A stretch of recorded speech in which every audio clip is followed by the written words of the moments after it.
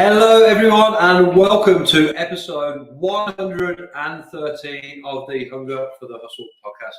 I'm joined today by a fella who's been waiting to get on here for a long time. We've been back and forth on this for a while. Wasn't always that easy, and I suppose it's not when you want to do it in the same place and you end up living on the other side of the world. But a great bloke, someone who has genuinely been an inspiration to me for a long time, and a fellow hustler, a fellow entrepreneur, a man who doesn't give up and keeps going in spite of. Jay, it's good to welcome you on the show, man. Thanks for having me. And cheers. Cheers. Let's start with that. This is probably the first one I've ever done, actually, that I've enjoyed a couple of beers whilst doing it. So, it would be rude not to. So, Jay, I got you on the show because Hunger for the Hustle is the title of the podcast, and you're a true hustler, as I would call him. You got a great story to that. We're sat here right now in the Doghouse Creative in the top of Sutton Coldfield, North Birmingham.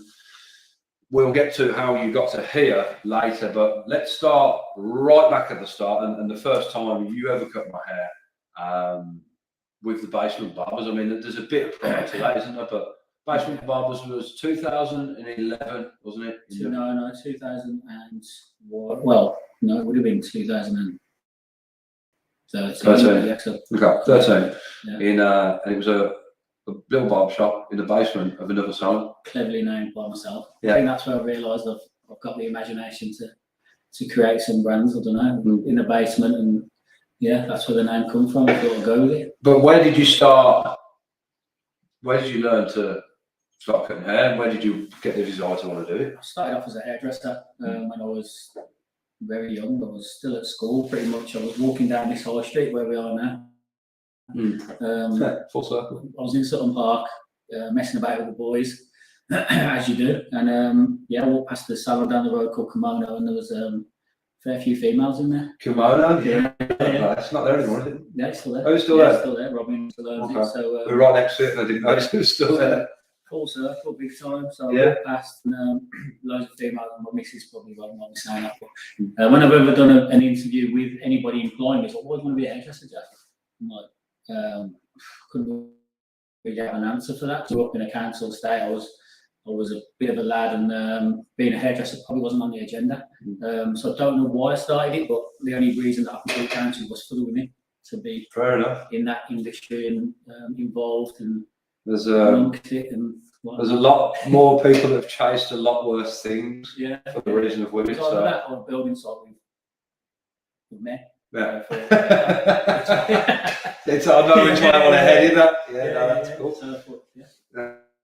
No, that makes sense. But and then so you did, and you're working at a salon in a hairdresser's at that point. And how many years did you do that before? So I started off as a Saturday boy, just sweeping hair, 15, probably a bit younger. No, probably 15. Sweeping hair, washing hair, making tea. And then sort of slowly realised that I've got a bit of a flair for it after the owner got picked up. One of the stylists got picked up by my dad, who was a taxi driver at the time. And just happened to be picking up somebody from Kimono who was speaking about an apprentice who's a natural hairdresser. And my dad was like, so you work at Kimono? That's my son, basically. And then my dad told me what he'd said, and I was like, okay, no, I can actually do this. I'm actually, so the rest is history, really. I continued as a hairdresser for about 2 years, I think. I learned the hairdressing trade, tried colouring, tried everything, really. I was moving from all of it. I just thought, I tried it all, and decided, I think, a bit further down. I didn't decide by choice. I think I got sacked, actually, probably more to the point. Probably going out and not turning up on a Saturday morning was my only downfall as a That's a thing, I suppose. You think with hairdressing, barbering, not so much barbering. I feel like barbers are open almost 7 days a week now. We'll get onto them in a bit. Those Turkish barbers. But it was they all work Saturday night in the salon, and they usually have the Monday off. Always good for a party on a Sunday night. Some days were great, but for some reason I turned up out on a Friday night, and but it is what it is. Yeah. That's in the past. that is in the past. But I mean, let's stay in the past for a little while longer there, because you know, fast forward from there, you know, we all get led astray at points in our lives, and I'm going to go straight to that because it's a very interesting part of the story. Maybe perhaps a part of the story a lot of people won't know for you. You know, you got led astray, and a few things led you into a short. It wasn't a short story actually. It wasn't a short story. In Manchester Hotel. That's it. I think there's a lot to my story that people wouldn't have a clue about. I think you know, for some people, for me to tell them that I did actually live in a car for around 3 months. It was a Cavalier which I paid £170 for. Bit of a bargain, to be fair. It's a cheap hotel for 3 months. Decent suitcase fit nicely in the boot, and yeah, I mean. No, but that's not a good thing. That's you know, and I laugh about that, but it's actually not very funny. Like, you know, there could be some people who can relate to that heavily. And was that like a circumstantial thing? You just kind of circumstances at the time at my young age. My parents wanted to move to have a better life in Somerset, and at that age, I was more interested in my mates and being on the streets and generally being a dickhead, to be honest. So I had a girlfriend at the time. Thought that was like, you know, I've got a girlfriend and I'm going to live with her, and I did for a bit until I got kicked out of there. And what age was this? So my parents left when I was 15, still just before my 16th. It was. Yeah. So it's young to be. It's a young age. But being at that age and being the type of person I was, I was hairdressing or trying to be a hairdresser. I was still a dickhead. Like, I was still up to all sorts of fighting, doing whatever like I shouldn't have been doing. So I couldn't go to my nan's. I couldn't go. My sister had just had a baby. She lived in a small place herself, so I couldn't live there. I couldn't go and live with my mates because they were still young. So it was like, fuck it. They didn't have their own places. So my parents, they asked me to go. Do you know what I mean? I never ever, you know, say they left me. Like I was old enough to make my decision. And my decision was to stay. Was it the right decision or the wrong decision? I think there's an answer to that. I think whatever I decided to do, you know, led me on the start of my journey, wherever that was going, and going down to Somerset to live in the middle of nowhere just didn't appeal to me. So no, especially when you're 15, 16 years old, you've just left school. If you decided to stay there, you know, and you kind of just forming those social connections and those relationships in life. You're like, these are my pals, you know, these are the people. We had our own little gang. We had a little bus stop, and you know, that was you know, we'd fight together, we'd drink together, we'd do drugs together, and you know, all the stupid stuff you do as a young teenager. So I was like, man, I ain't leaving this gang. These are my boys. You know what I mean? This is my life. Well, especially, you know, if they said like we're moving to Worcester or like even the other side of the Midlands, you know, or maybe North, but Somerset, you know, where it's like it's all you know is it's the land of farmers and tractors. You're like, tractors, and that's about it really. But no, my parents they did it at a time where they was ready to move and they wanted to have a better life for my little sister, which, you know, my parents did everything they could for me, and I had a really good upbringing. And then my dad and my mum, they decided, like, we want out of Birmingham because it was, I think my mum and dad wanted to better their lives. And as much as now when you look back, you think, well, you know, was it the right time or wasn't it? I don't really care. All I care about is it formed my past and it sort of shaped my future, if you know what I mean. I think that's probably the best way to describe it. Yeah, no, I think it's a good way to describe it. And I think, you know, you actually, it's really interesting because you were given the choice there and you chose to, no, I'm going to go this alone. I'll live in the car. I'll do it for as long as it, you know, changes. And that was probably the start of, man, as we're going to find out in the rest of the story, the start of a lot of, I think if you choose to do the hard things in life first, life's actually easier. If you choose to keep doing the easier things, life becomes harder. And maybe that for you, even at the young age, was like, I'm actually going to choose what's on the face of it comfortable with here. It probably became quite uncomfortable. but definitely the harder thing. Yeah, like I was in some situations where I'd be like, say you was out with your mates or you was at parties and everyone's like, well, I'm going home, and I'm thinking, fuck, you know, I ain't really got one. You know what I mean? Yeah, and that yeah. sounds really sad, and like it was the reality of my life, and like, people don't have a clue. They didn't have a clue, even when I was at parties. Oh, right, so you keep it the secret, yeah, yeah. So like, Yeah. straight back into the Cavalier and sleep on the book car park. I'd wake up some morning, some school kids would be through the window, like, and I'd be like, oh man, leave me, man. To sleep. Do you have driving license? That's what Yeah. I'm thinking about. Yeah. So you had a car. Yeah, I bought my first car. My dad actually, if he was here now, would be able to verify this. So he came into my bedroom, and I was 14. And he said, I know you've got a car, you little prick. And I went, what? Because you think, at that age, you think everything's, you think you've got your box, you think everything's a secret. I didn't know. I was literally, I bought my first car for £30 at the back of boundary shops. The back of Streatley School, off a Streatley, one of the older lot. Yeah. What's his name now? Can't remember his name, but he was one of the older ones, and I think he actually stole that car off his own mum, and he was on some heavy drugs. Yeah, welcome to Birmingham. Yeah. So yeah, £30. It was a burgundy Peugeot, and I actually learned to drive. Because that would probably be another question people are, well, what do you know to drive? Well, I actually learned to drive on probation because they took us to the Stratford Motor Museum and they taught 14-year-olds how to drive. And I thought, well, that's great, but it's probably not the place to take people who are already showing signs of probably going to steal cars and, you know, joyriding and whatnot. No. I thought, if you want to teach me, I'm here to learn. The thrill of driving, you know what I mean? I think like when I first had my first car, you were just like, I remember the instructor going to me, second time I passed and I had like 13 minors, I think it's 15 you're allowed, and he goes, but you just, he goes, I've let you pass, but only because I'm a fair marker, and then like, he goes, oh, I strongly recommend you take the advanced driving test, because I feel that you'll be one of those ones that see in the paper in a few weeks' time, and I was like, have I passed? He's like, you passed for a lot. Oh, I'll see ya. But that thrill of driving when you're that young and you've got, It wasn't you've got no sense of that. until I was actually 19 when I actually passed legal. I had 3 lessons, and actually in Western Sydney, where my mum and dad lived, which leads on to me getting myself into such a mess. A mess, like I was on drugs, I was on the dole, I was buying drugs just to get me through the week and the weekend.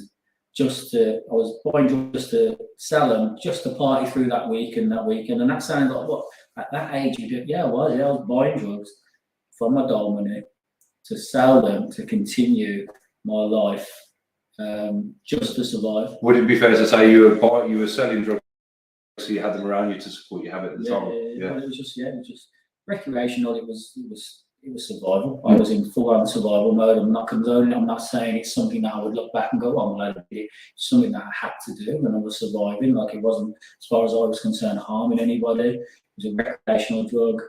I've only, that was just so normal to me to be around it, because it was just there, and my life quickly spiraled out of control to the point where I was drinking to knock myself out, basically, just to sleep in my car.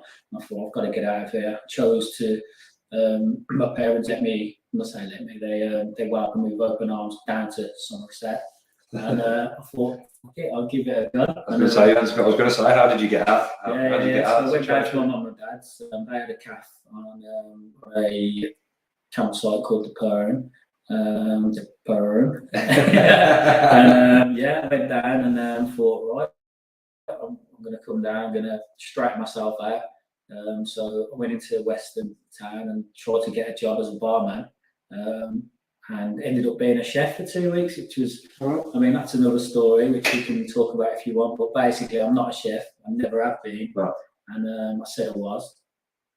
And quickly got found out. I think I phoned my mum. I was like, Mum, how do you, no, well, this will sound crazy to a lot of people, how do you, at that age, I don't think I knew how to chop a tomato up properly to make it look good. Yeah.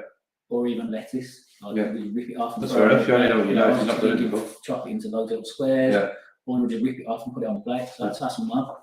And it was like, I think it was 3 days into me being on my own. The guy was like, "Yeah, the chef, are you?" I was like, "Nah." 3 days, 3 days isn't bad. 3 days was good. The first day, I think I was throwing up from being hungover. Right. So I left the tea towel on the oven, set that on fire. So yeah, the Solid first. It was good while it lasted, but How long did you stay at Somerset for? Because I know then they must have moved back to Birmingham at some point. No, I went from London to there. So I did a summer in Western-super-Mare. I finally found a job as a barman and also a barber. I worked in a barber's and a bar on the night. So I was working in a bar called Seven, which was like a club and a bar. But I was good friends with the main manager. So I was just literally drinking and working on the bar, and a great time, thinking this barman life is great. Then ended up getting back into the old habits of recreational drugs and parties, and I soon found the exact same thing that I was doing in Birmingham, and it was just like, and I sort of realised, but it doesn't matter where I go.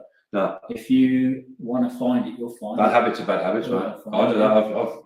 I've spent 6 years in Australia. You've got bad habits, so they're part of you. They follow you wherever you go. I mean, at that young age, I can't say like the way I feel now is I don't regret being that type of person. I love looking back and telling these stories and thinking, you know what, I've lived my life. And okay, to a lot of people, recreational drugs, it's bad, and I get it, it's bad.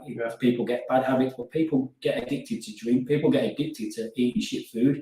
People get addicted to a lot of things. Anything in moderation is okay, but anything that then becomes a problem, it's a big problem. And I don't think people should ever judge nobody because of the things that they choose to do for fun. And it can go either way with people, and I think that can relate to anything that you do in any walk of life. Yeah. You do too much, it can be bad for us. That's same as fucking running on treadmill. If you run all day, it's gonna hurt. Man, you take too many paracetamol, it's the last headache you're ever gonna have. It's like, I think that's a quite healthy way to look at it.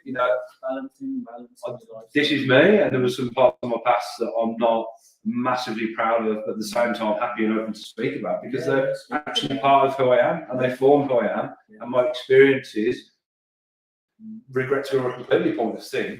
You can't change what happened a week ago, 2 weeks ago, a month, years ago. It's just you can't do anything about that. It's all shaped. It's all life lessons, and I think life lessons has been probably when my life, further down the line, your lessons are the most important things that you can take from your life. And I think without my lessons, I'm not the businessman that I would be without being burnt. And I've been burnt hard. I've lost big. I've built things and I've lost them because of bad decisions, and lessons that have been learned meant that I'm not going to make them decisions again unless I'm stupid. Being stupid or being a bad businessman are two different things. If you're stupid, you'll make the same mistake over and over again. Being a bad businessman, you're not a good businessman until you've made those mistakes. So it's like, are you stupid? No, you're not. It's just you've worked with people, or you've done things that you probably shouldn't have done, but you're not going to ever know that until you've done it. I can understand that. I can align with that. It's a bit of a chicken. I don't know if that made any sense. No, it made sense to me. I don't think it made sense to the people listening, but I could kind of break it down a bit from my perspective, that it's a bit like the chicken and the egg thing. It's like you have to make the mistakes, particularly in the world of business, to learn from them. And if you don't make them, like, you can get seriously burnt and bit by them later on, because as you grow and numbers grow and responsibilities get bigger, it's actually really fortuitous in a way to like learn their mistakes at the start. But you're right, there's a difference between learning and stupidity, and just if you keep making the same mistakes again and again and not learning from them, you got to take a serious look there. And I'm not going to lie, I've actually been in that position. I'm like, you've done this before and you didn't learn from it last time. And when I've done that, that's when I've found it's like, right, who can I speak to who's perhaps been in a similar situation, even if they've been in business in some kind of way, and they can give me a bit of mentoring, and they're like, put these actions, these new habits, these routines, these systems is a big one, putting systems in place so that and you know, no one's got a crystal ball, can't read the future, but so you're not making these same mistakes again. So you're not getting burnt. Your judgment, your foresight gets better. Your way of seeing those people coming into your world that aren't going to give good value and energy to it gets better. The more of them you figure out, it's like an insect repellent. So you're in London now. So you've I worked as a barman in Western-on-Supermare, and then that's quickly got boring because in the summer season it's lively, it's happening, and there's loads of people there on holidays and have a great time. And then when that summer season ends, all the buses stop. There's no bar. There's no one about. Big holiday time. So I'm like, no wonder everyone's like literally bored out the brain. And then, I was just like, this isn't for me. So I met a lad who was from London, and he was moving back, and he knew quite a lot of people because he was in the. I think he was worked in retail, but like he got himself high up in like Paul Smith and a few places. So he had some good links, and I thought, well, he asked me to come down with him, and I packed a bag. And I left just like that. I said to Mum and Dad, I'm going to London. So I went from Western-on-Supermare down to the Big Smoke. And, what a change. Yeah, so I went from Birmingham to London, and I went to look for a role as a hairdresser, or I think it was a hairdresser then, so I wasn't even thinking about being a barber at that point.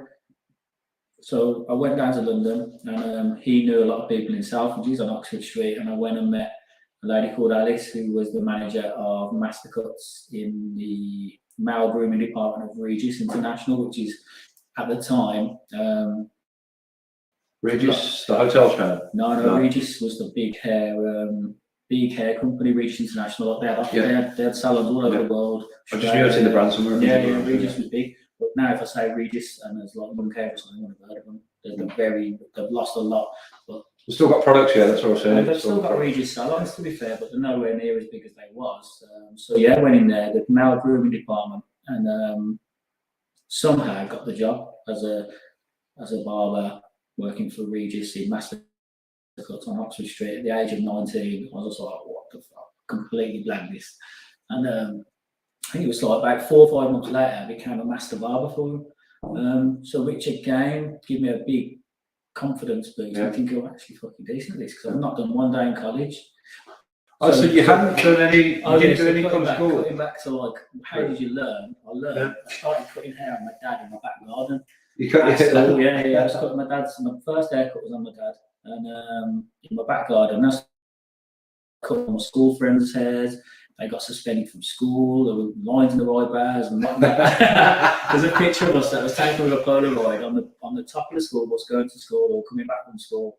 There's a couple of lads and they've literally got big, massive slits in their eyebrows. And yeah, I done that. So that's where I started to learn how to be a barber. I've not done one day in college, which is crazy now because only Tuesday last week I was teaching tutors and assessors who train students in barbering. So I trained the assessors last week in Solihull College, which is absolutely mental. So when they ask me where I train, and I tell them in the back garden, it's like they just think you played, it's like really where did you train? In the back garden. Yeah, to be honest. I can't tell you anymore. Yeah. So that's where I learned, just cutting back, and so then London, master cuts, master barbering. Great, thinking wicked, and then all of a sudden I'm like, I'm in London. And in London there's a big, massive techno scene. Right. Massive. So this is where the techno was found. I found myself in a toilet underground, which literally a toilet called The Toilet, and it was an underground techno club full of Portuguese, Spanish, and Italians, and like techno music pumping. I was like, this is unreal. I was like, this is unreal. So then the cycle started again, where it was like the wrong things, or say the wrong thing. I'm not going to say it's the wrong thing. I love music. The naughty things, I think we could say. I love the escapism, I guess. I love the interaction. I love the party. I love meeting people. I love dancing. I love forgetting about my life for 24 hours or 48 hours. That's how long the party is, Yeah. Escapism, man. That's what. Yeah, that's the way I look at it as well. So do I, am I looking for it? Yes, I am. Does it follow me? Yes, it does. And do I care? No, I don't. I think these people that judge people for living that life probably a little bit jealous because they've probably settled too soon. Or I'm not knocking anybody who does that, but like I would want to look back when I'm 60 and go, I'm fucking glad I've done it. But you embraced it though, and you took it. Yeah. What you resist persists, right? You could look at that and go, oh, I keep like I'm in this world, but it's like I kind of like it, but other people say it's not cool. What I should be doing? I should be focusing on this, that, and as well. Yeah. That's your opinion, and this is my life. They're two completely different things. And later we'll get into like what where you're at now and how you got involved in events and club ownership and like you embraced it to the point you're like, no, I love this, and actually I want to be part of this on a bigger scale. Yeah. So I think it's having a passion, so music is obviously always in my bones. Like my parents have all, my mum, always playing music and reggae music. And reggae, yeah. It doesn't matter what music is, if I like it. It's even country music, I don't mind anything. If I like the sound of it, I'll put it on. So my Spotify is probably most of the time confused, thinking, what does he like today? Yeah, because they recognise what you might like. Yeah. Mine ain't that fucking clear. I say when people ask me what music you like, I say anything that sounds good. Anything that sounds good, and it can be literally anything. But I think there's always like a common friend of ours, Carl McGrory, Mr. Maximus. Yeah. Reggae, and he taught me a lot about reggae. So like but there's a lot. It's hard to grow up in Birmingham and not hear a fair bit of reggae. Like influences like UB40, and then like I think a lot of my sort of so I've got a lot of friends, and they're like, I don't even know the words. I'm a girlfriend as well. So some of that old tracks. Yeah, she's like, she can't believe like any track that comes on could be. I remember one the other day was in Perifino's. It was a Beautiful Self track. I mean, it wasn't reggae, but it was an old track, Beautiful Self. And I knew all the words. And like, I don't know them words. But obviously, I've listened to it when I'm a kid, and like, it's just it doesn't matter what it is. If I like it, I like it. On the flip side to that, I'm going to go. Like, my mum always used to play Madonna, the Immaculate Collection, to the point where the neighbours would complain. And I know every word to every track of that album. So it's what you do when you hear them things when you're young. And that plays out a lot, even to like the music you hear, the things you remember, the habits your parents have that you pick up subconsciously, and even like the food that you eat and stuff like that. You pick up some things are taught, some things are caught.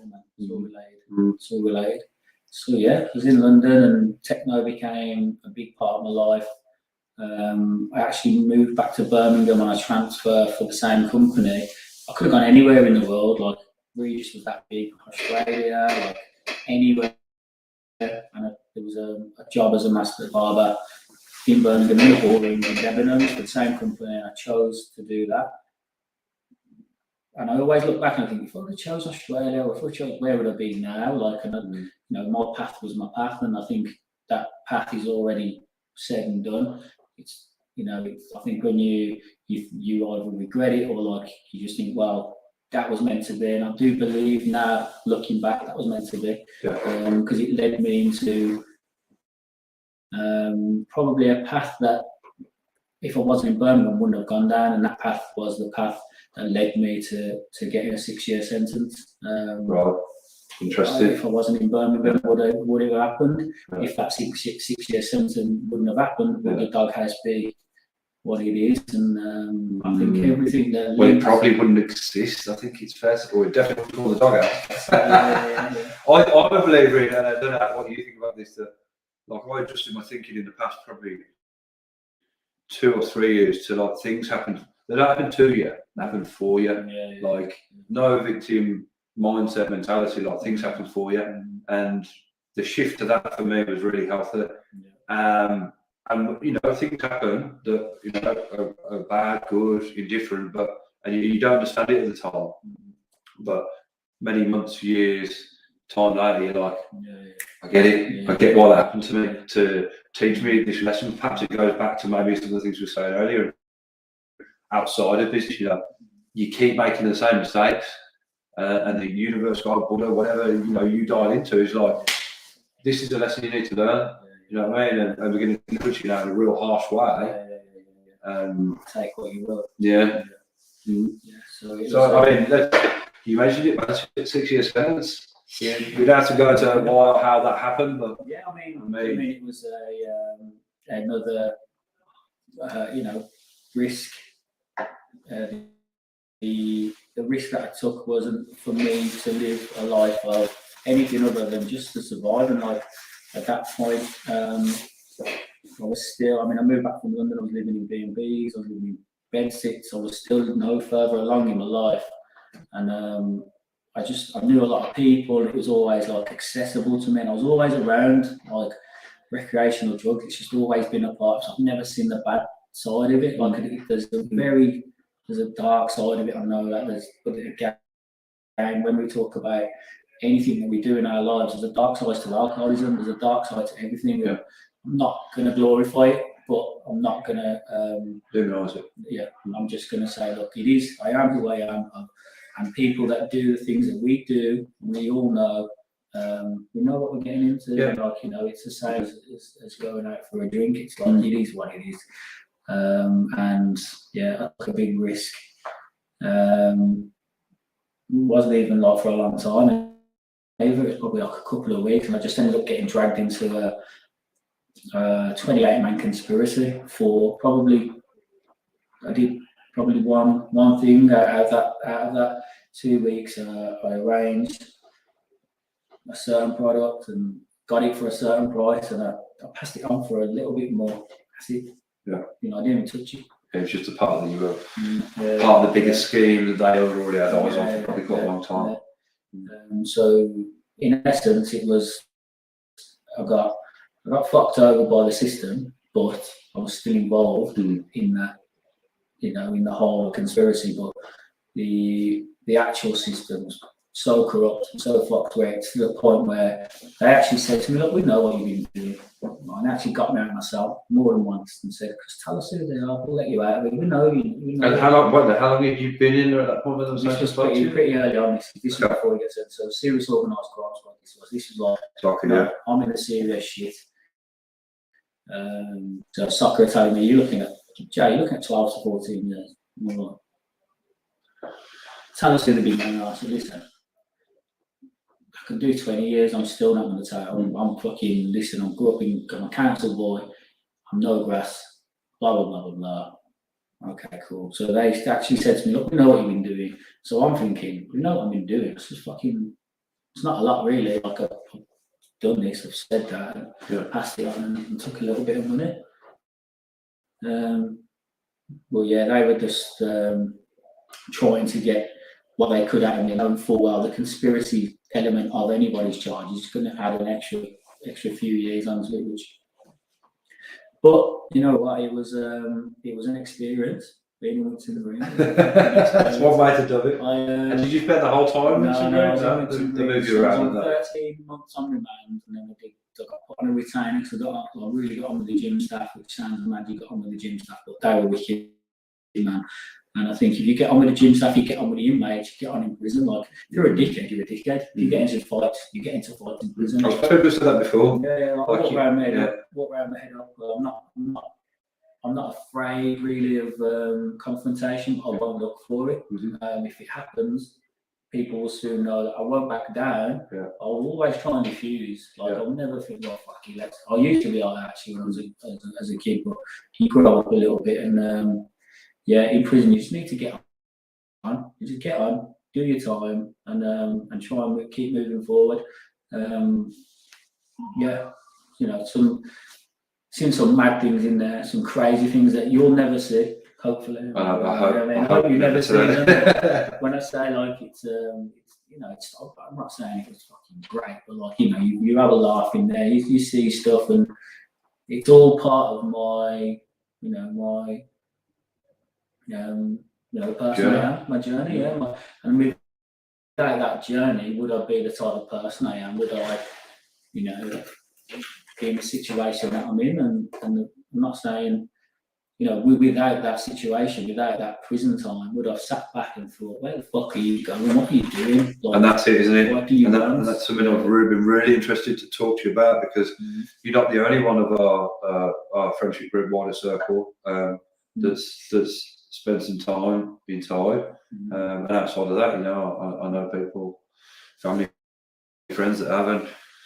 Some people use that time to do what you just said, like, where am I going, and like, who's going with me, where I'm actually heading in my life. And you know, the recidivism rate in the UK is like over 75% of people who, I did have that on my notes, guys, so over 75% now of men or women who get locked up within 9 years, they're back in, you know, and then it's over 39% in less than a couple of years.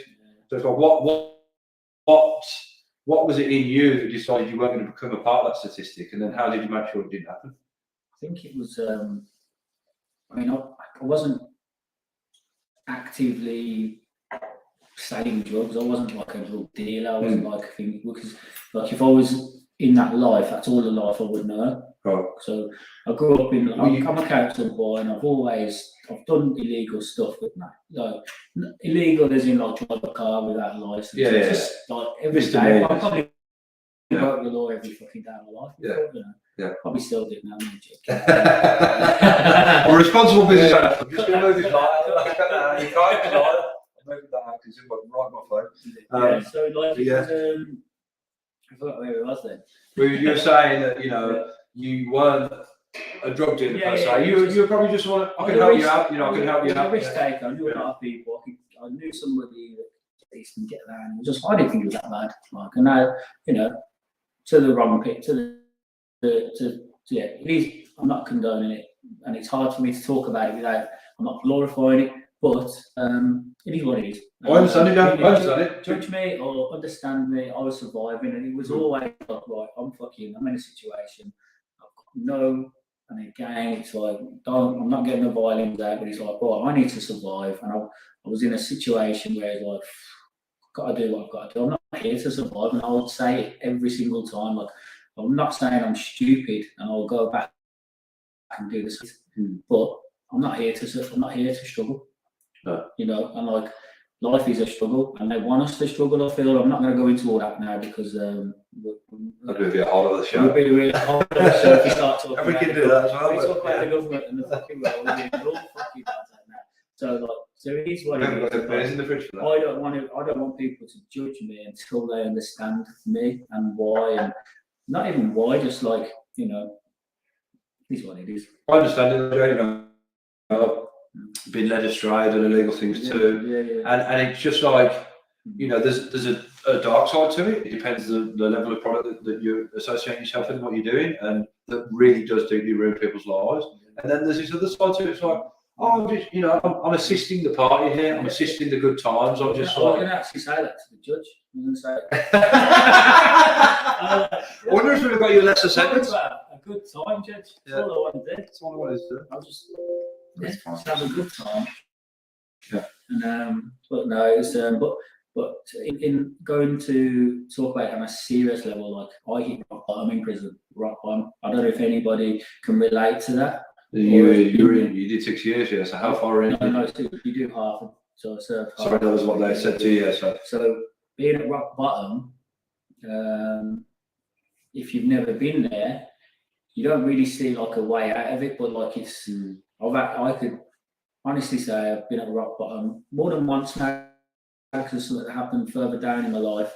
But unless you've ever been to rock bottom, you can never really comment on it or judge on it, to the way that somebody has to then rebuild themselves. And it wasn't until I got sentenced, where I think I was in my cell for like 3 days, because I was just like, fuck, because I didn't think I was going to get that long. So were you on remand? Did they keep you? Yeah. 13 months, and I got sentenced, and then I did another 18. I think it was something like after that. I can't remember the months, but I actually looked in the mirror, in my little prison mirror, little square mirror above my sink. It was 3 days after, literally sitting myself, fucking like thinking, what the fuck I've got to do, what I've done. again, plus more. Yeah. And I'd already done 13 months. You'd already found it hard enough, yeah. And I remember looking in the mirror, and I just said to myself, literally looked in my own eyes and said, come on, you can fucking do this. And I never looked back. And I walked out myself, cracked on, and I thought, fucking, like, that is the strength that you need to, like, for anything in life. Like, if you get knocked down in anything, like, let's just say you know, the things that have happened to people in these last 2 years with COVID and your businesses that you've built. I mean, I was in tears with a taxi driver on New Year's Eve I'd never met before, because he'd lost his businesses. He's now a taxi driver on New Year's Eve, and like, he's at rock bottom then. Like, he's crying to me. I'm like, unless you've been there, you can't really understand or comment, you know what I mean? So yeah, fucking from that day then, when I walked out of my cell, I was like, never look back. And it was then starting to rebuild and think, right, how am I going to make sure I don't come back to that fucking situation? Yeah. And that's when I started to plan my barbering dream. Your future. Yeah, the future of Doghouse was starting off. I haven't got the book anymore because I've moved thousands of times, but only in the last few years I've lost it, and there's actually a sketchbook with the Doghouse logos in it. And I don't think we've mentioned the Doghouse yet over on here, but like, the Doghouse is basically the brand of, we said that's where we were, but we haven't. So the barbering concept that I come up with, the Doghouse, nothing to do with prison. It's just to do with the fact that I'm always in the doghouse. And I suppose, I mean, is it like you were in the doghouse when you created it? Yeah. So was it a bit of a play on that? It's like, hey, that's where you put me, but that's not where I am. So the saying goes, like, if you're in the doghouse, like as a man, you're in the doghouse with your wife or your girlfriend, and if you're sitting in the doghouse waiting for a haircut, you're in the doghouse. Oh yeah. You know what I mean? Like, somebody actually, so this guy got a phone call with his mate or somebody going, where are you going? I'm in the doghouse. And his mate must say, what you done? No, I'm waiting for a haircut. It works, yeah, I've got it right. Yeah. So you made this plan that involved a book and perhaps even like, did you make, one thing I like to do is like a vision board, you know what I mean? Like a vision board, you write down the logos, brainstorming. So the original plans was like DJs, because I love music, but techno music, or not techno, just any music. Yeah. DJs, and an actual plan, the actual floor plan was the Wild Green store. Yeah. That's what it was. Yeah. DJs, the booth. I was actually going to get urban art going in there, but I've never had anything big enough. Like the Wild Green store was big, but this is like where we are now is big enough to have. We've moved on from urban, we're now into wellness. Wellness. I know I can't wait to get onto that, but we're you know, as you can tell, we're getting pretty fresh here, fresh trim. Thanks, Jack. We were talking about it just before. 6 weeks, 8 week plan I got given. That's what happens when you get excited, fella. I was talking about how, you know, the Wild Green store I actually never went to Lambeth, which was the first one in Kingston. But went to the Wild Green store and I was like, I get this, you know, as someone who's like, and I, you know, I've been involved in running my own club events, promotions, and I'm like, this is somewhere in between, like a club and a barber shop. And it had all the old the wallpaper was lots of different flyers. It's still there, yeah. You said you're going to give me a. We might have to check it out later. I reckon. Give me a tour of that place, but yeah, it was locations. I feel like a key. You know, this here is a really good location in terms of passing trade, in terms of bars and going back to mistakes and like lessons. I've always had barber shops, apart from Wild Green, like the Lambeth store, Tamworth. They were in bad locations. It was always like this is when I learned how to market on social media. This is what taught me how to become a marketing manager for myself, I guess. But I don't know. I'd never done any training on it, but there's actually, you know, I'm learning then. For somebody that's not done too well at school, like it's taught me a lot of how to target my customers without them passing it up, because they're all hidden. Wild Green's still hidden, like it's in a substation, it's in a fucking gas station, so you walk past, you think it's closed. Yeah. I've had parties in there at 6 in the morning, and like, no one even knows you're in there. What made you say, so you just said that they were bad locations, what made you say they were bad? Bad, because they're not in the view, like you wouldn't pass them, and but looking like in the modern barbering in a modern man now, you already know where you go. You don't think there's a barber pole. Well, the internet helps with that, yeah. So because I'd say there's 10% of the 10% of the barbershop trade is passing trade. 10%. The rest is a modern man. He knows exactly where he's going. But that reviews, Booksy, Instagram, they're already booked in. They already know. You get your Turkish barber, you get your passing trade, and it's just literally people who don't even. No, I get what you're saying, and I've seen that change just from not being in the barbering world at all. But you know, it went from salons and hairdressers, and then barbering came. And I'm really interested to get into that why it came back and how, but it came back to barbershops, and people are aware.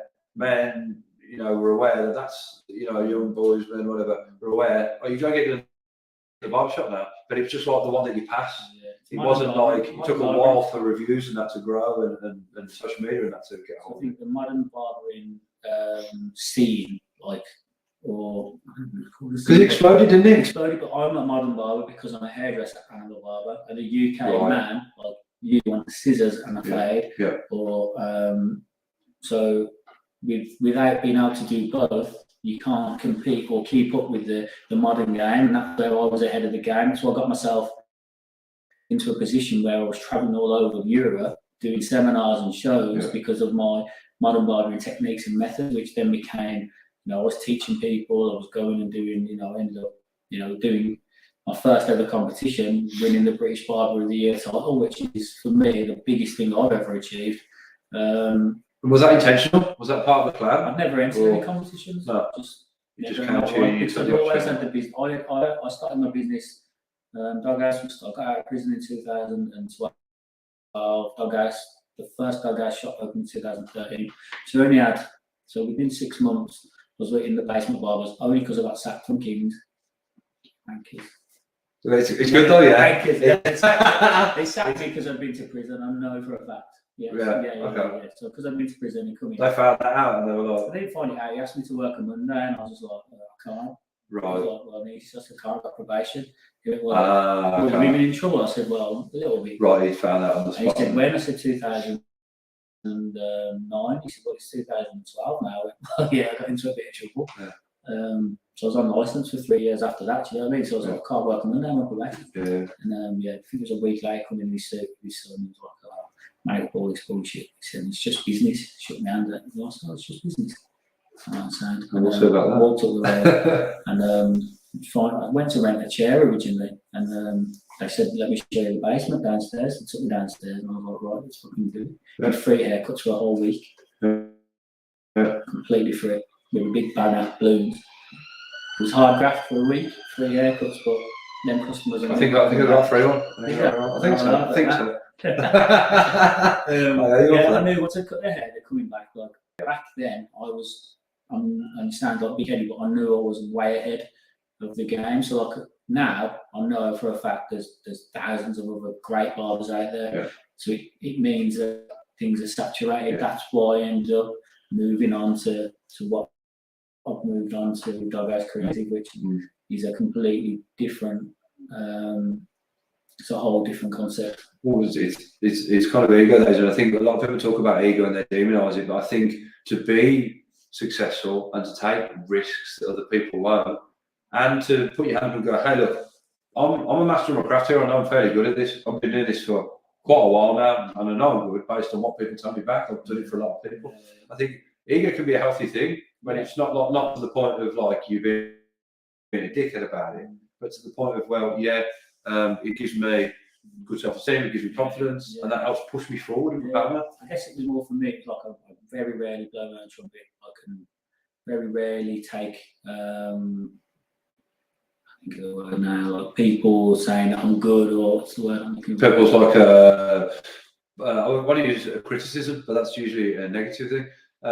People's flattering, flattering, yeah. In the comments. We've had a few, but yeah, I don't really, I don't take well to people. I can't fucking think of that word, man. The word is when people give you just compliments. You got there, man. Compliments. Shout out to Jiggo Wayne Johnson watching, and the bearded Brummy. That's a good name. Whoever that is. Yeah, so compliments I don't deal well with, but so me getting compliments about being a good barber or how far I've took things and what I've done, yeah, great.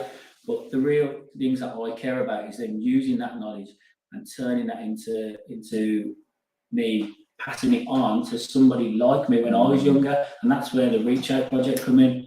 And that is, yeah, that's a really good little, as I call a segue.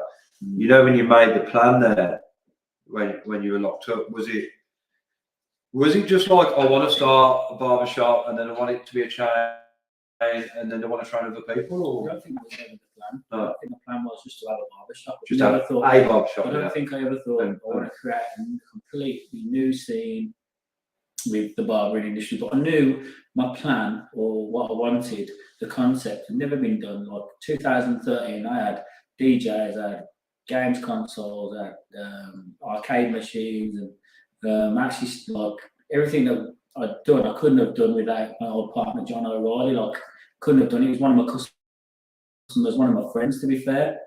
We became a customer, and then we got talking. I think he just sold a car or something. It was like, right, fuck you, let's do it. Yeah. And we went for it. Do you know what I mean? Yeah. Without that financial input from John, yeah. The doghouse wouldn't have been able to get started so soon. Yeah. So, I appreciate that. There's without the financial push, Yeah. I probably couldn't have jumped. Do you know what I mean? Like I just got out of prison. Yeah, you know, the banks aren't, the banks aren't, you try and go to a bank and you just got out of prison. Like, yes, what do you do? I think I set up the basement bar with my bike, which was at my nan's. It was a, what was it? I can't remember, Trek, maybe, can't remember. Sold it for like £700. It was a good bike, it was still worth good money. And this was like 3 years on. Yeah. So I sold it for £700, and that got my shop decorated.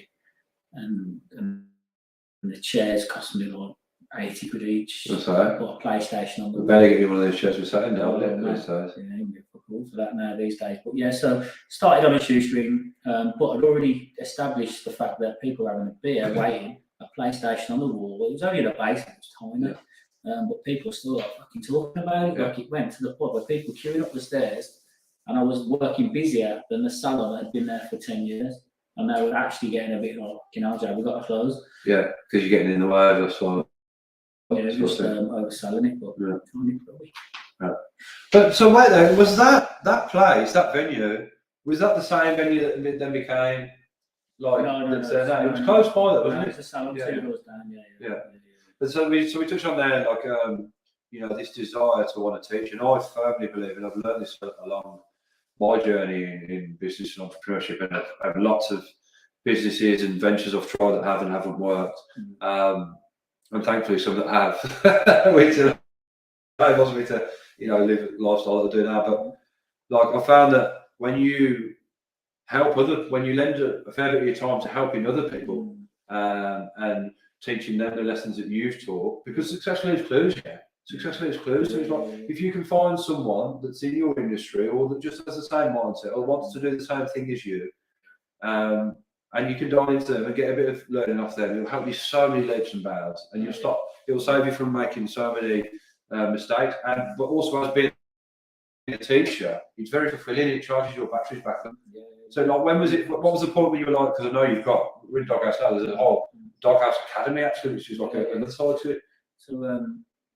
So as part of the Doghouse Academy, we started a charity called the Reach Out Project, which was set up to train young offenders, ex-offenders, and give them basically the basics and into the modern barbering world. And part of that project was for me to go in and talk about me and my past, which gets them engaged. And because if you go in a suit and you're talking about who's this dickhead, you go in there and you just sit down with them and say, look lads, I've sat in your seat, I've been there, probably for longer than a lot of you have, so I've travelled here, I've done that as a barber, which doesn't mean that you can't do it. Do you know what I mean? Straight away I think you fucking want to do that. So so we got a grant from the National Lottery, Awards for All. And we did our first course in the academy in the city centre, And I trained a few young offenders, and hopefully got a few of them. I definitely got one off the path because he got released from prison to come and be mentored by me. He was on an IPP, I didn't know things like that would happen. Yeah, he was on an IPP in probation. He was a London lad, and obviously had to move to Birmingham, couldn't go back to London. Yeah. And he got released, and got him his equipment, and put him on a better path. Yeah. Which is far more fulfilling than any money or anything that I've ever done. Like, it's great winning British Barber of the Year, but changing somebody's life, making a difference, like a proper difference, and an impact that, like, that's something that, you've made an impact on that young lad's life, and he's younger than you to start with, so who knows what he's going to go on to achieve. And also, like, you've contributed there, given something to someone who's bigger than you, bigger than you longer term. And then I know you've done a lot of like training in a different way, where it's a one-to-many environment, where you're kind of on the stage, and I've seen you with the mic on and stuff like that. So tell us a little bit more about that. Big seminars, I've done BK shows. I think from winning the British Barber of the Year title, opened up a lot of doors in the barbering industry. So I was literally travelling around. I worked as an educator for the British Barbers Association. I was an educator for the Great British Barber Bash. We travelled everywhere, Amsterdam, in Berlin. I've literally every city in the UK, I think I've done a show in. So yeah, I think the education is something that I enjoy a lot more now because of what you get from it. So I still love cutting hair. I mean, I love what I do. Otherwise, I probably still would be doing it after it's like 18 years now, I think. Yeah. So yeah, if I didn't have a passion for it, then yeah, I doubt I'd still be doing it now. Yeah, but it's 18 years, it's a long time. They say they throw this number around that it takes 10,000 hours to become a master of your craft, which is about 4 years with holidays, give or take, which is about an apprenticeship year in anything, or like a long university course. I think that's about right. So it's like you become at this point where you're a master of it, and like you still enjoy it day to day. We were talking about this earlier when I was in the chair, but it's like you're hungry. What's next? Like I'm still enjoying this, but if I'm honest with myself, really, if I look at that man in the mirror, not as much as I used to. And what's next? How can I elevate to the next level? And then here we are. I mean, let's. We'll go back to that because like 2018, it wasn't your first shot at being Barber of the Year, was it? It was your second. You got to the semis the year before. Made mistakes, not with the haircuts, but with the models that I picked, and I learned. Oh, I didn't know you get to pick the models as well. Pick the models, yeah. So then I learned it's not about the actual haircut, it's about the look as well. So a year later, I entered again and got back to the finals and had better models. I actually picked I was the first one to win with a female model, which sounds mad for a barbering competition, but it was still a short style, but something creative and something for a magazine cover. So yeah, I planned the hairstyle, and smashed it. And that's what I mean. 4,500 people applied for that. So it's a big feat to come semi the first year, and then to come final like winner the next year. But to also go like to not be knocked back by the fact that semi. A lot of people go, look, I gave it a try. Maybe I just move on to something else. Maybe it wasn't for me. Maybe there's someone in the back there that just X, Y, Z doesn't like me, whatever. But you persisted and you pushed forward and you came through, and that's opened doors for you, because that's not that's the highest accolade you can. British Barbers, England, Ireland, Scotland, Wales. I don't think there's not a big one on that. So yeah, massive achievement. It's something that I'm proud of. I'm glad that my my dad and my mum was saying my dad because of him passing away recently. I'm glad he got to see that side, because obviously he saw the bad in me. He saw the dark. The other bit. Yeah, but then the yang, and then he saw the yin. And now he saw me rebuild and become the man that I am. So I thought to the toilet quick. I was thinking the same thing. Yeah, so you I didn't want to say that. It's fine. We have had we are on our second drink, but that's fine. I'm sure everyone will be happy to wait. I'll sing a song. Sing a song of sixpence. Gregory Winard, thanks for joining us and thanks for your love. If any of you lot have got any questions that you want to ask Jay or just anything you want to say, this is live, these comments are going through to us about 10 seconds after you type them in. So feel free to ask away. I'm gonna put Jay in the hot seat after he comes back because I need to talk as well. Hold on, guys, we'll be back. The bearded brother, you're obviously from Birmingham. Wayne, I know you, brother, you're obviously from Birmingham. Gregory Winard, where are you from, son? Tell us. Let us know. Let us know. Woo!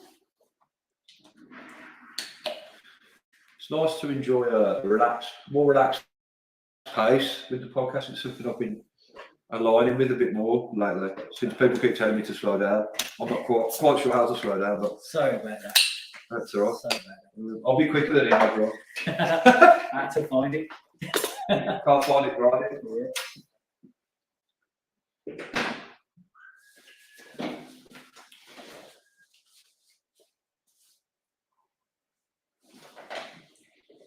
Yes, Greg.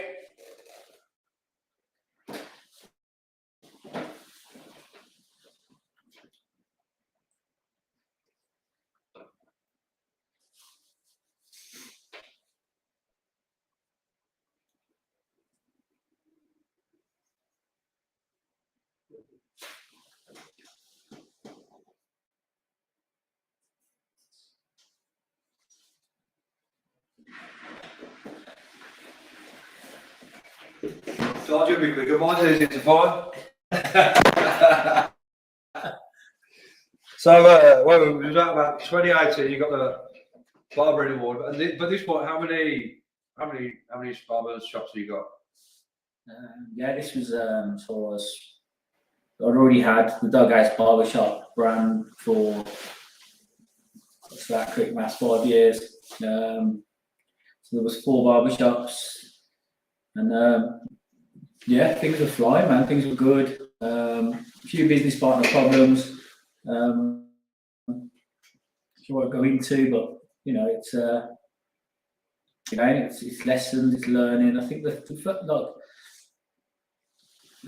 the business partners, I wouldn't have got the financial push. Do you know what I mean? Like, I think certainly with the second business partners that were coming in as businessmen, they were a different kettle of fish.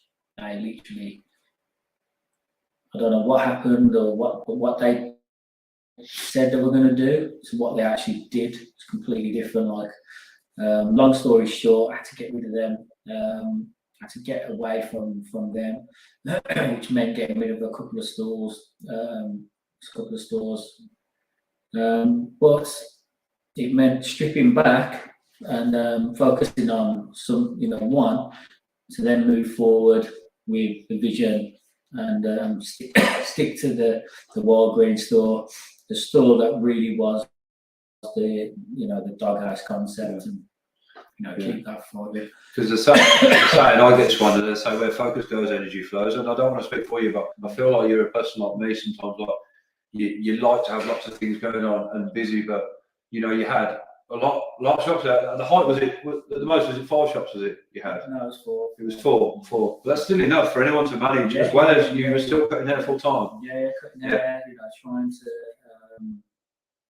at that point as well. I was still throwing like I was always involved in promoting. I think it's something I've always done. I think knowing people and knowing, getting on with people and doing the, loving music and wanting to throw pies. It's always been something that I've wanted to give people a good time. You could say have that. A good time. And again, I was going to say that to the judge, but I held it back. But yeah, it was that I wanted to. I don't know. It's like passion. I love music. I love, it's just barbering. And the weekends hand in hand. They're just always a sociable butterfly. So the thing I liked about throwing my club lots and being a promoter for other ones is I just like bringing people together. And that's essentially what you do when you're running your own event, brands, things like that. I think from being a barber led me to working in Berlin as a guest which ended up staying a bit longer. So I was in a position where I didn't have to come back for the business. I could leave it, so I stayed. Yeah. And obviously Berlin's at home, the mecca of techno. No, sure. This is unreal. So I was like, at least I'm not coming back for a bit longer. So I stayed, and this is where I found the sound of. It's not even big in Berlin either. It's called Criminal Bassline. There's a guy called Mike Buck who is the founder of this sound. And when I was there, I was asking people, "Oh, Mike Buck, man, what I love it, you know what I mean? It's very nice." So, turns out it's a new sound, even in Berlin. It's a new genre. So when I come back to Birmingham, I was actually at a party in my own barbershop in the doghouse, a little after party, actually.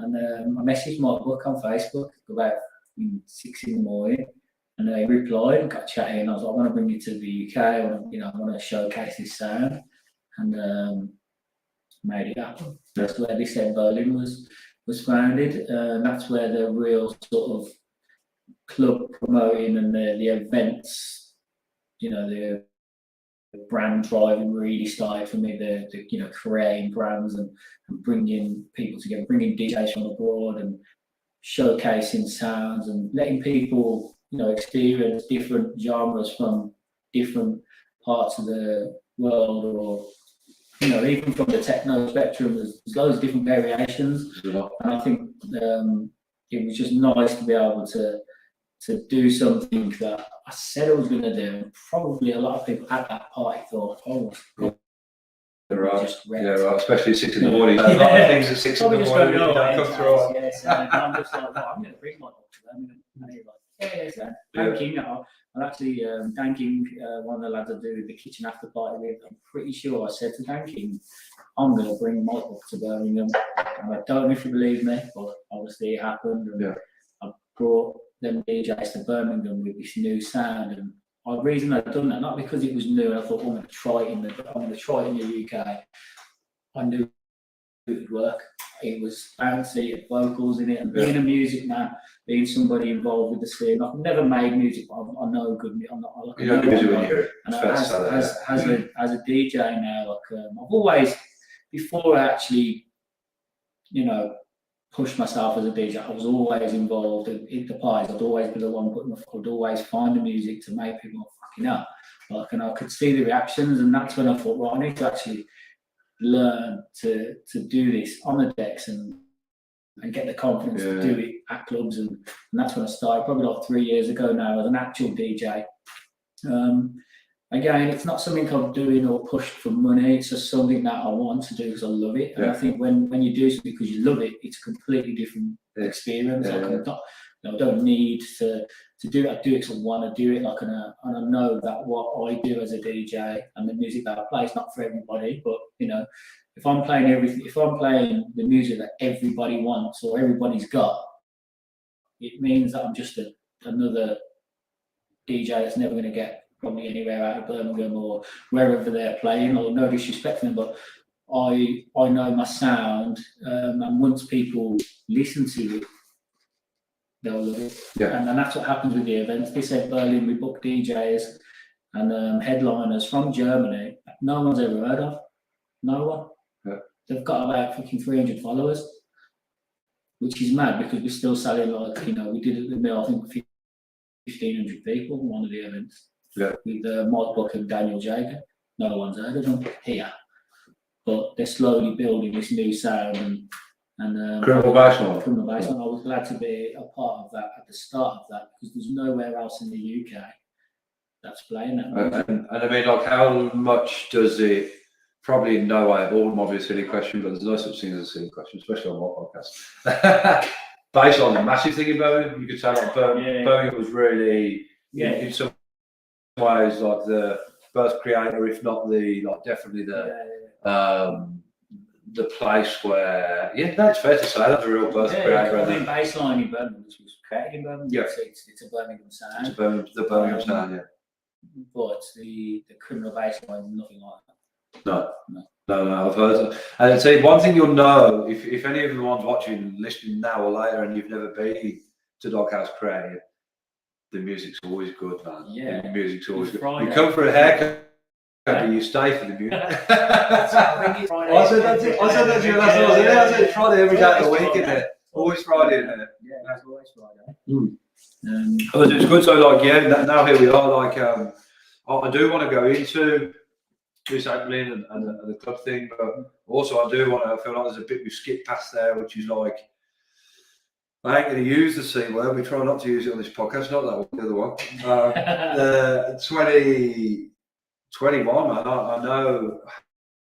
You know, you lost a lot there, brother, and it, like as a personal and business, and I think everybody has lost something in the last 2 years because of the big C.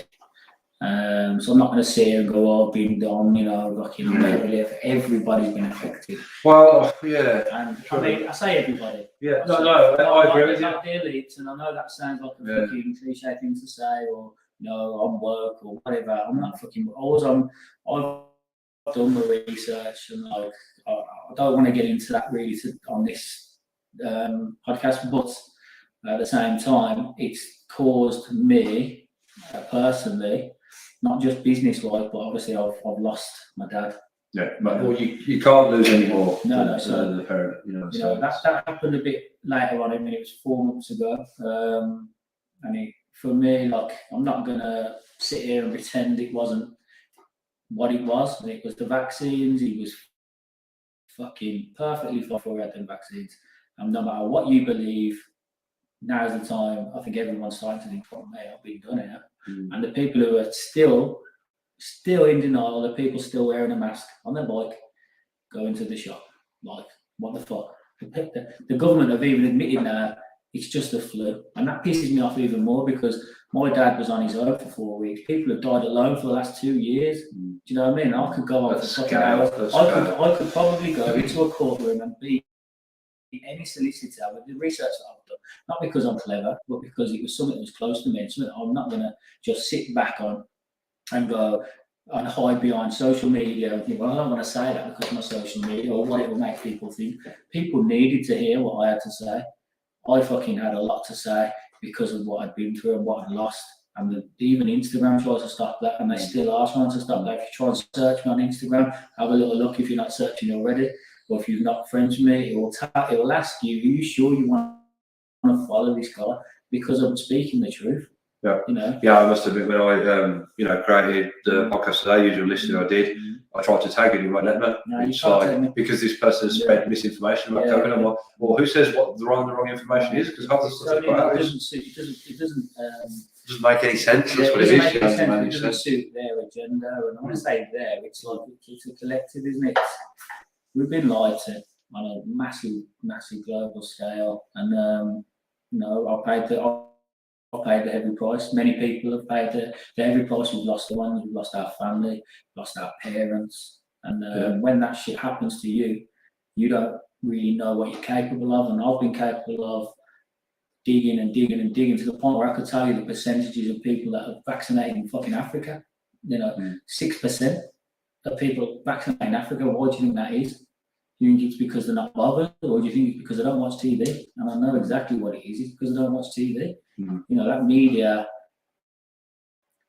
is the biggest fucking problem. Like, people in Africa don't give a fuck about COVID, not because they don't care. They don't know about it, and they ain't catching it because they ain't being vaccinated with it. Like, people have to start. But anyway, we won't go down that. No, but like, I'll give my 10 cents on it, and like, I was mobile, fit and healthy, working as a plumber, essential worker. I was cutting around everywhere in Australia for the best part of 18 months. And then I actually scared myself, and it was nothing more than that, because I wasn't watching the news. I scared myself because I didn't get the facts right, that it was time for me to come back and see my family, man. It'd been 2 years. Usually I come back twice a year, I'm like someone who likes to connect, although I live far away, with the people that I love and that I grew up with, and my family. But I scared myself into the fact that I wouldn't be able to come back unless I got the vaccine. I got the vaccine. A week later, guess what? I got COVID, and it kicked the shit out of me. And it's on the government website. So if you look on the government website, there's a graph and it shows you the spikes in COVID cases. and there's a vaccine rollout, and every single time there's a rollout, you got your first vaccine, second vaccine, your booster, your second booster. If you look after every single time it's rolled out, the spikes in cases go up.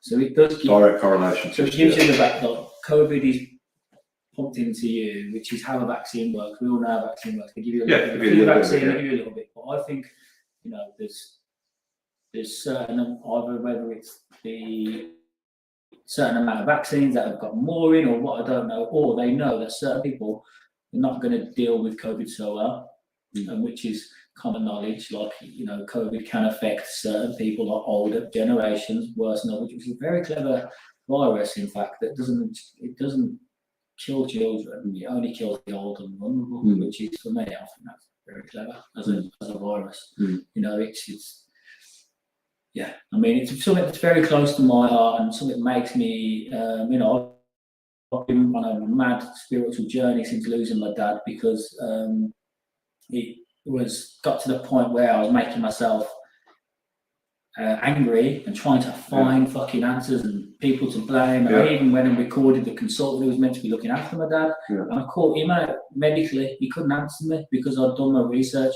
He was trying to give me these medical jargon, like the bullshit, and I was just shutting him down.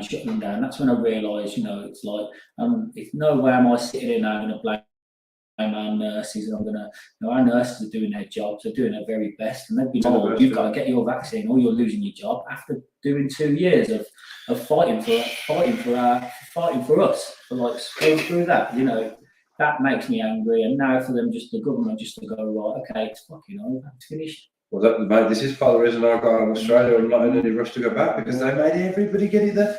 I've got good friends who are teachers and nurses who have to leave their job after well over a decade of doing it, some of them, because they were like, no, I don't want to get this. And they were like, literally, you cannot come to work again. You cannot even come to this premises again until you've got this, whatever we're putting in your arm. And then they did it to the construction industry. Lucky enough, I worked for someone at the time, a company I was working with. They said, don't worry about it, we'll never kick you off the site. Clever tactics. It was clever, but just disgusting. I don't think there's any better word for it. Everyone should have, really comes down to, and I think we'll wrap up on this, because I don't like on this topic, because everyone should, it just comes down to free choice, and everyone has a free choice of what they want to put in their body. Everyone had their own opinions on it.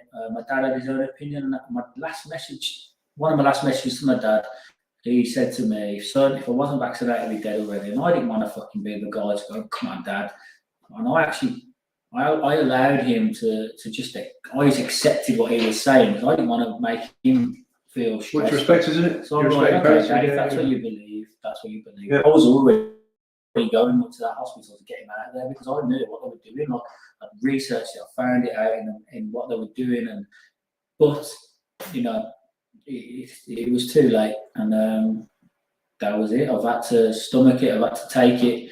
I'll never ever accept it, and I'll never ever understand what fully was going on, but I've got my own opinions, and some people might not agree with them, but I don't care. Like, I've done my research, and that's it. Like my dad, he ain't going to be coming back, and there's no matter how much I dig and find, I've had to draw a line and get over it, and grieve. You know, 'cause it's 4 months now, and I've only just really started to think, fucking hell, he's gone. Do you know what I mean? My dad is gone because of what? Because of a fucking bullshit virus that 99.8% of people survive. And that's a true figure, you know, like that figure. I think the actual people that have died from COVID is 4,700 and something, and they were over the age of 80 with underlying conditions. So I will not have anybody tell me that I'm fucking wrong, or that COVID was, that we should protect it. You know, I want to protect anybody as much as anybody else. I had COVID at the start. Should we wrap up COVID? Let's wrap it up. Let's wrap it up, as it's nothing more than the common flu. But I mean, you mentioned rock bottom earlier. You know, there's a point in jail when you were rock bottom, and you said, you know, that and I don't want to dive too much into it, but what I'm trying to get back out of it is, no doubt, and fucking my love goes to you, brother. My love, blessings. It's not the first time I said that to you. Always will go to you. Always does. But no doubt, there was another rock bottom part 2 when you lost your dad there. Yeah. How did you how did you turn that energy around to go like, what am I? Let's drive into something else. Let's put it to a different point. Spiritual side coming to it, like, because there's not a lot of people would know. 4 weeks that my dad was in hospital, like I spent that 4 weeks trying to find answers to get him out of there, trying to find medicines. Like, I know they're using my dad's own morphine to kill people. I know they are. Like, I know it's used in the UK for in the ICU. I know that in America they don't use it for that. It's for death penalty and it's used for euthanasia. This midazolam, yeah. So you look into midazolam. When you mix it with morphine, it's an end-of-life drug, which they give to a lot. I mean, I'm quickly going to go on to this because if you don't know this, every single old people's home or nursing home were flooded with midazolam and morphine to end their life nicely. And they ordered tons of it not way before, like I think it was 2019 when they ordered tons of it from India, midazolam, which to me tells me they know what's coming. So the predators. Yeah. So anyway, but my dad was in there for 4 weeks and I did everything I could. And it got to the point where they phoned us up at 3 in the morning and said, he's got to put him into a coma. And I'm like, why are you putting me into a coma at 3 o'clock in the morning? Why haven't you asked us? He didn't want you to know. I was like, no. So I fucking drove to the hospital in Bristol and I got there in about an hour from Birmingham, which is probably half an hour quicker than you should. Yeah, definitely. Yeah, so I got to the hospital. I thought, I'm not going to tell them I'm here. I'm going to find the ICU and I want to speak to somebody. So I spent like another hour in Bristol Hospital walking around when it opened, and walking through doors when nurses were walking out. They were in cards, and I managed to get to a door where there was a black bag on the window to stop you from looking in. ICU, which for me was like a bit weird. So I don't want you to see in there, I don't want you to know. So I'm outside. I said to the woman, I said, look, I want to speak to somebody. I want to fucking know what's going on. Yeah. So I managed to. This lady, luckily, was pretty nice, and took me another 4 hours to get a consultant to me. So I was just like, so I managed to get through the door when the nurse went out, and I was literally from here to that walk from the laptop away from my dad's bed, up through a glass window because he was in the COVID ICU. And at that point, I was still thinking, no, fuck this, I'm going to get him out of here. Can you get him out? And spoke to the consultant, recorded him, and give me all this bullshit. And I was obviously done my research. And I still thought, oh, nah, there's no way these. So I still was at the point where I didn't know what to believe, but I knew that he shouldn't be telling me he's deteriorating or whatever. No, was it? I don't know. Bit confused here with the times, but long story short, my dad was in a coma after they put him into a coma without telling us. Anyway, 7 days later, phoned us to say that he's not going to make it, basically. And I'm like, 7 days in a coma, that's not long enough. Like, no, so you're in a coma to recover your organs, and that's what your body, that's your time to recover. And so we've gone back up to the hospital, been there every day, like going to and from Bristol like every fucking day. Went in there and they called us in. I was just going, like his organs and this, that, and the other. And I was like, that's like fucking, what the fuck, like, how? And I was like, going back to what your question was about being at rock bottom and how I moved forward from it.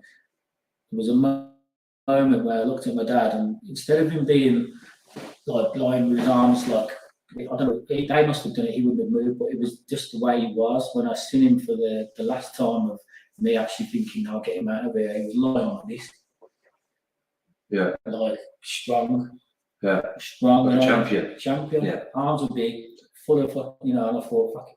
And he must have, and this is where, like, the spiritual sides of stuff, which, again, I wasn't a spiritual person before this. So you said I'm not. I wasn't. So like, my dad's lying there, and like I'm standing there, and I was there with my sister. I said, he's ready to go. Not out of nowhere, and she was like, what are you on about? I said, he's ready to go. And that was my dad. That was my dad telling me, son, You fought your fight. You've done everything you can for me. You're ready. Like, I'm ready to go. He was fucking strong. And I didn't look in before that. I thought he's looking ill, man. Like, you know, it was on all these machines, and this time I felt like fucking strong myself. And I thought, I said, he's ready to go.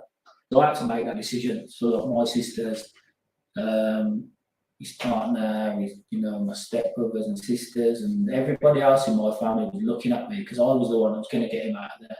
And then I had to say, like, but not in a way where like I'll give up. My dad told me, his arm around me, and said, like, I'm fucking son, I'm ready to go. Do you know what I mean? Yeah, you felt it. Yeah, that's when I said to everybody, look, he's got to go. We've got to let him go. It's not fair. His lungs were battered. I showed me the pictures of his lungs. So I said, I want to see his lungs. I want to see everything. I don't believe anything that anybody's saying, but I know that he's got. So I think just before I made my decision, I seen his lungs and I seen the scarring. They showed me all this shit, and they were fuming with the consultant because they done stuff behind my back. This DNR form, do not resuscitate form, they sign it for you now. Like, this is fucking common knowledge. You can't go so now, just if he passes away, but the spiritual element of this is that DNR form. I told him not to sign it. We'll make that decision. You bring him back at all circumstances. You bring my dad back. The morning that the day passed away, on that morning he died, but they brought him back because I told him to sign it, to unsign it. And on that morning, I dreamt, or I had like a mad. Somebody was in my room. And I've never felt like scared in my life like that, where I fucking jumped out of bed, jumped back into bed, and I was just like, fucking someone's there. Shit myself with God. I now know that my dad died at some point in that morning, right. And I think it was him. Well, I'm ready to see him. Right. Do you know what I mean? Right. Like, again, some people might think, fucking hell, like, I don't care. All I know is I've never felt like somebody's in my room, like, in my life, where I'm like fucking shit scared. I don't know what the fuck it was. I jumped back into bed, half asleep, whatever. I now believe that's my dad trying to come to me. And I now know after, so anyway, I made a decision. We all made a decision, and we turned the machine off, and we put him into an end of life room. So we're all in end of life, and they tried to put us all in all these fucking gloves and what. I said, fuck that, I don't want a glove. I don't fucking touch my dad. He's dying. He's saying to me he's done. And basically, they turned the machine off, and for 8 minutes, I had to help my dad die. I had to treat him like my son. Do you know what I mean? Every time I tell that to myself, like, treating your dad that way, like making him feel safe, and not safe, but treating him as my son, like he would for me. Yeah. I guess it's hard to talk about that moment, because that's the moment where I knew that dad's going. It became very real apparent to you. Real, like, I think it was all a bit of a dream, like a bit of a blur, but surreal. Yeah. But then it was like I looked at my sisters, and the machine was bleeping, and my dad was like, he was working on his own, which was too difficult because of his lungs. Then I just felt like a sudden surge of like energy, like an excitement, which is very weird to feel that way when your dad's dying, when your dad's in his last seconds, and the blood left my dad's face, and he went down his arm, and I was holding his hand, and something went into my body. Like I said before, like, I'm not a spiritual person. I wasn't until these things started happening. I look back now, and like, that was fucking. I felt like the lights could have exploded when my dad was leaving. When he left his body. As soon as he left his body, I wasn't looking at him like my dad anymore. It was just a body. And there's things that I now look back and think, mate, it makes me feel better, because like when people pass away, it's like they leave their body. That body's no longer them no more. That spirit's so powerful. Like, people might not know this side of me, because I've not heard know this side of me. Like, this side of me, a spiritual side of me, talking like this, saying this, that what we are, this machine that our spirit drives. This is the vehicle. This is a vehicle. The spirit never really stops. So it makes me feel better knowing that my dad like was ready and like he was okay with it because I felt like he's okay. Yeah. You know, Brought he's you a died, bit but of he's peace, okay. My maybe. dad wasn't afraid of death. He was Yeah. a fucking undertaker. He was a grave digger. He was I don't know what the word is about cremating people. Cremator? Let's go with that. Lack of a better word. Cremator, yeah. So he wasn't afraid of death. He actually had a bet with the woman he worked with about who would cremate each other first. And she That's actually, one of the most fucked up bets I've ever heard. I mean, it's a fucked up bet, and that's what my dad was like. Okay, yeah. So when we actually had a cremation, it was at the place, but she actually said, look, we had a bet, and nobody wanted. My dad was that loved that their funeral costs were pretty much nothing because the people were like, no, he shouldn't be here, and it just proved what type of a man he was, and such a loss, and like the spiritual sides of me now are like, yeah, okay, it does make me feel better knowing that my dad's okay, and like. I've even seen a clairvoyant. No one knows that. I've seen one. She approached my girlfriend, who was one of my girlfriend's customers. She's only young, 20 years old, went after money. She said a few things to my girlfriend, which was like, what's going on about? And it turned out it was my dad. But he couldn't get to me because I'm closed up. To get my emotions out, very hard. Like I feel emotional now because I'm talking about my dad, but I'm not. I don't show my emotions very much, like most men, but my dad was the total opposite. Like you would know he'd tell you he loves you. He's a fucking very heart and sleeve guy. Where I'm not. This girl, she approached my girlfriend and came and seen me upstairs, and no one was there. And she told me stuff like, and he was there. She told me what he was wearing, and she to the point where if you say someone's in a coffin, my dad was in his coffin. I closed it. I know what he's wearing: check shirt. And fucking jeans, and his favourite check shirt. She's like, yeah, man. Nobody would know that. If she said he was in a suit or in a shirt, I'd be like, that could be anyone. She told me he's in a check shirt, and I was just like, what the fuck? And like, this is then another thing that's just added to my spirituality. Yeah, I'm just thinking like, fuck me, this is like, and then what she told me about people when they die. Where you go into a sanctuary, I'm just like fucking like. I think anybody that's lost anybody, I think it's nice to know that that's not the end. Like, and I think that's the way I'm sort of grieving at the moment. Yeah. Like, I look at my dad's photos. I look at it. I look at him all the time. Like this Sunday, we're doing a gender reveal, and this story, like the gender reveal, means way like having twins on the way, but the date that they were conceived, like I told you earlier, is exactly the same day that I asked my dad to help us. Like, I'm Irish, so I closed my dad's coffin, and on that day I promised him that I would look after everybody he loves, and and just basically asked him to help us, and fucking conceived. On the same day that I asked him, on the same day as his funeral, and that's come from the measurements of the babies. Yeah. And they was whatever they do to say that's how fucking long ago it was is the 25th of October, the same day as my dad's funeral. And even the woman, I was like, what? I said, what did you say? What day was that? She said the 20th. I was like, oh, why? She said, well, I said it's my dad's funeral. So it's sad because we've been like trying for 2 years. Yeah. And mental, but. Yeah, I think the grieving process for anybody is different. Everyone, my older sister, Simone, she's really struggling. But I said to her, look, there's no right or wrong way to do it. There's no do it in your own time. There's no rules. Right. My little sister, Megan, she's a game.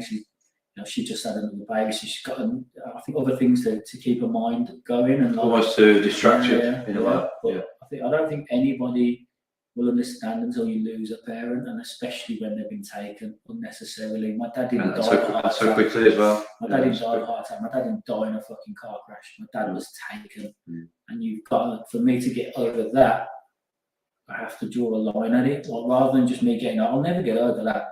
But I had to draw a line to put it to bed, to then start grieving for my dad. Yeah. To move on to the next stage, Move on, and well, to your dad, man. To my dad, Kizito. Congratulations. Yeah, interesting story. Yeah, it's a very interesting story, and honestly, thanks for being so open and honest, because not everyone can always willing to do that, and I'm sure that anyone who watches this now, or maybe even months, years from now, could find some good value in that, because it's mortality, isn't it? You know, and at some point, we're all, if you know, someone hasn't already, we're all going to face it. Yeah, we're all going to lose. It's realising the significance of this time. Like, again, I sound like I'm fucking crazy, but like, I watch a lot of astronomy, you know, with Brian Cox and you know the planets and the universe. I don't think that's crazy. I've watched a lot more crazy stuff. Well, I just mean like this time is nothing. If you could like look at a beach and pick up one grain of sand, like that is what your life is in the vast expanse of how long the whole thing has been here. You know? And I believe, like, just to give my sense of it, and I found this out through something that my sister told me about years ago. I forgot what the form of regression therapy is called. Regression therapy is when they keep taking you back and back and back to the point where your trauma started, and then they, you know, okay, this is when it started, we'll work forward from there.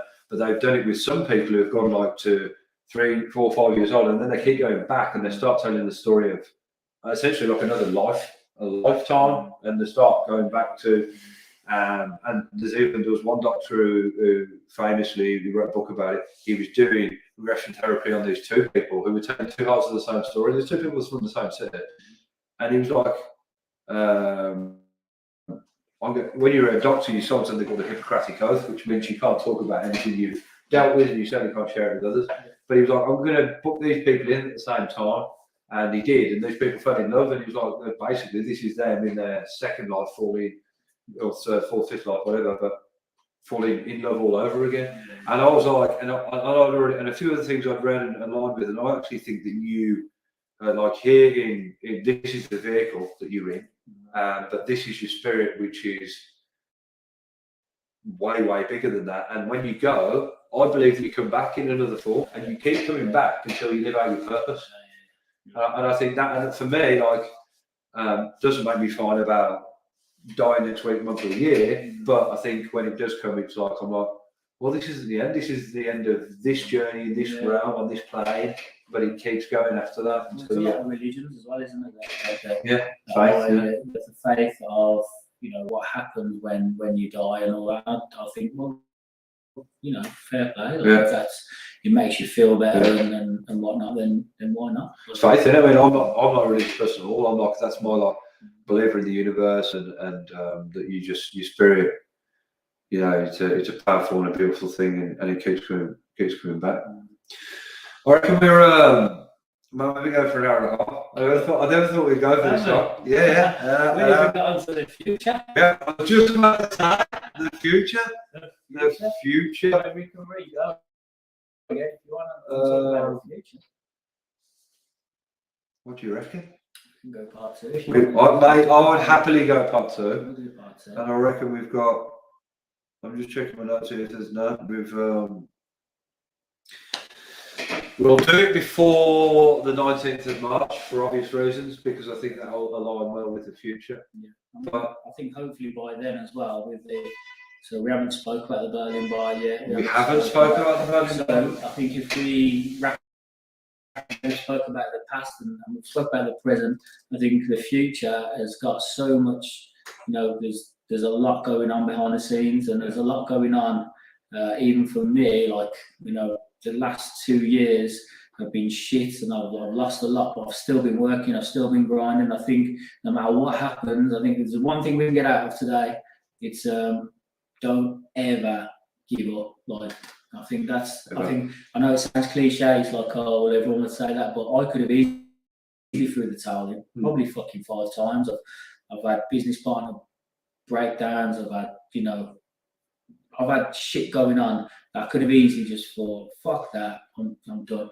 Then COVID come and it's hammered it again, and you rebuild and you just keep going, because something inside of me he just keeps telling me to get back up and go again. And I'm excited about what's coming, and I think. I'm excited to get my haircut by you again, because every time I see you, you tell me about something else that I didn't know was happening. I'm like, I said to you earlier, like, how do you divide your time and manage all these things? You're looking to challenge, it's a big challenge, and I think it's a challenge for us. But we'll wrap up this, and you just kind of answered it there, but it is something I ask everyone on every episode. And like, what in those times when it gets tough, when it gets difficult, when most people go, you know what, I'm going to take the easier path here because it's just a better thing to do. Like, time of the show, so what in those moments of strife and struggle drives your, quite evident, where you've got hunger for the hustle and makes you keep going? I think a lot of it's got to do with the past, like the having nothing. I think if you've had nothing, you'll understand how that feels, but then you'll also appreciate what it's like to. And I've not even spoke about this today, but it's something I really want to talk about: social media and the bullshit that surrounds it. Yeah. I'm happy to talk about my situation. I will talk about it openly because I feel like it will help others. Like, look, because I know a lot of people look at my social media and they look at me and I think, fucking, like, people who know me know my struggle and they know what's going on behind the scenes. And I'm in a financial situation. I'm not.